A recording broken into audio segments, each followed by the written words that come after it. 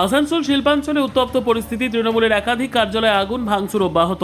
নির্বাচনের ফল ঘোষণার দিন থেকে আসানসোল শিল্পাঞ্চলে ক্রমশ বাড়ছে রাজনৈতিক উত্তেজনা।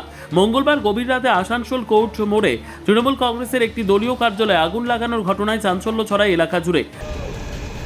আমাকে কাউন্সিলর ফোন করেছিল, মৌসুমী বসু আমাকে ফোন করলো। আমি একটা মিটিংয়ে ছিলাম, আমাদের 9 তারিখের প্রোগ্রাম আছে ব্রিগেডে, সেই নিয়ে আমাদের প্রস্তুতি বৈঠক চলছে সমস্ত এমএলএরা।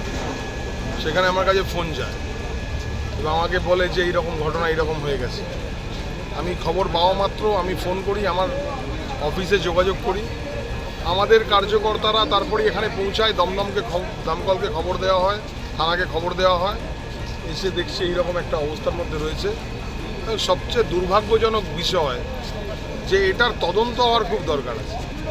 মানে যেভাবে আমাকে ফোন করা হয়েছিল, এটা আমার কর্তব্যের মধ্যে পড়ছে আর কি। এটাকে বের করতে হবে। এটাকে আমার সঙ্গে পুলিশ কমিশনার এসে হাজির হয়েছেন, তার সঙ্গে কথা হয়েছে।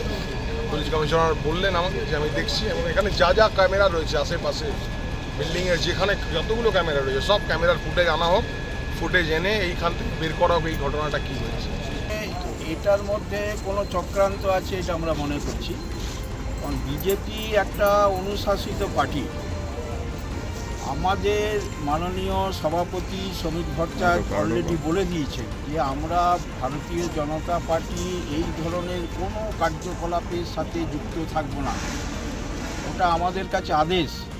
আর আমরাও সাংস্কৃতিগতভাবে এই ধরনের যে কোনো ঘটনা কেউ ঘটাক, এইটা আমরা চাই না। সেই আগুনের ফলে একটা কেকের দোকানেও আগুন লেগে যায়। তদন্ত হলেই বোঝা যাবে কিভাবে হলো এই ঘটনা। পাশাপাশি রূপনারায়ণপুর, টোল প্লাজা, কুমারপুর, কুলটি, রানীগঞ্জ, জামুরিয়া, বারাবণী এবং বার্নপুরে একাধিক দলীয় কার্যালয়ে ভাঙচুরের অভিযোগ উঠেছে। এমনকি কিছু কার্যালয় গেরুয়া রঙে রাঙিয়ে দেওয়ার ঘটনাও সামনে এসেছে। স্থানীয় সূত্রের খবর, এই ঘটনাগুলিকে কেন্দ্র করে বেশ কয়েকজনকে গ্রেপ্তার করা হলেও অনেকেই আবার ছাড়া পেয়ে যাচ্ছে বলে অভিযোগ। ফলে আতঙ্কের পরিবেশ তৈরি হয়েছে তৃণমূল কর্মী সমর্থকদের মধ্যে। অনেকেই বাড়ি থেকে বের হতেও ভয় পাচ্ছেন। অন্যদিকে বিজেপির পক্ষ থেকে এই ঘটনায় সরাসরি দায় অস্বীকার করা হয়েছে। নির্বাচনের ফলাফলের দিন থেকেই নবনির্বাচিত বিজেপি বিধায়করা দাবি করে আসছেন এইসব ঘটনা দলের কোনো কর্মী করছে না। তাদের বক্তব্য, কিছু দুষ্কৃতী বিজেপির নাম ব্যবহার করে অশান্তি ছড়ানোর চেষ্টা করছে। এ প্রসঙ্গে প্রধানমন্ত্রী নরেন্দ্র মোদীর পূর্বের বক্তব্য উঠে আসছে। তিনি রাজ্যে নির্বাচনী প্রচারে বারবার বলেছিলেন ভরসা ইন, ভয় আউট। কিন্তু বাস্তবে এখনও সহিংসতা না থামায় প্রশ্ন উঠছে প্রশাসনের ভূমিকা নিয়ে। ঘটনার খবর পেয়ে আসানসোল উত্তরের নবনির্বাচিত বিজেপি বিধায়ক তথা রাজ্য নেতা কৃষ্ণেন্দু মুখোপাধ্যায় ঘটনাস্থলে পৌঁছন। তিনি পুলিশ কমিশনারের সঙ্গে কথা বলে দ্রুত সিসিটিভি ফুটেজ সংগ্রহ করে দোষীদের গ্রেপ্তারের দাবি জানান।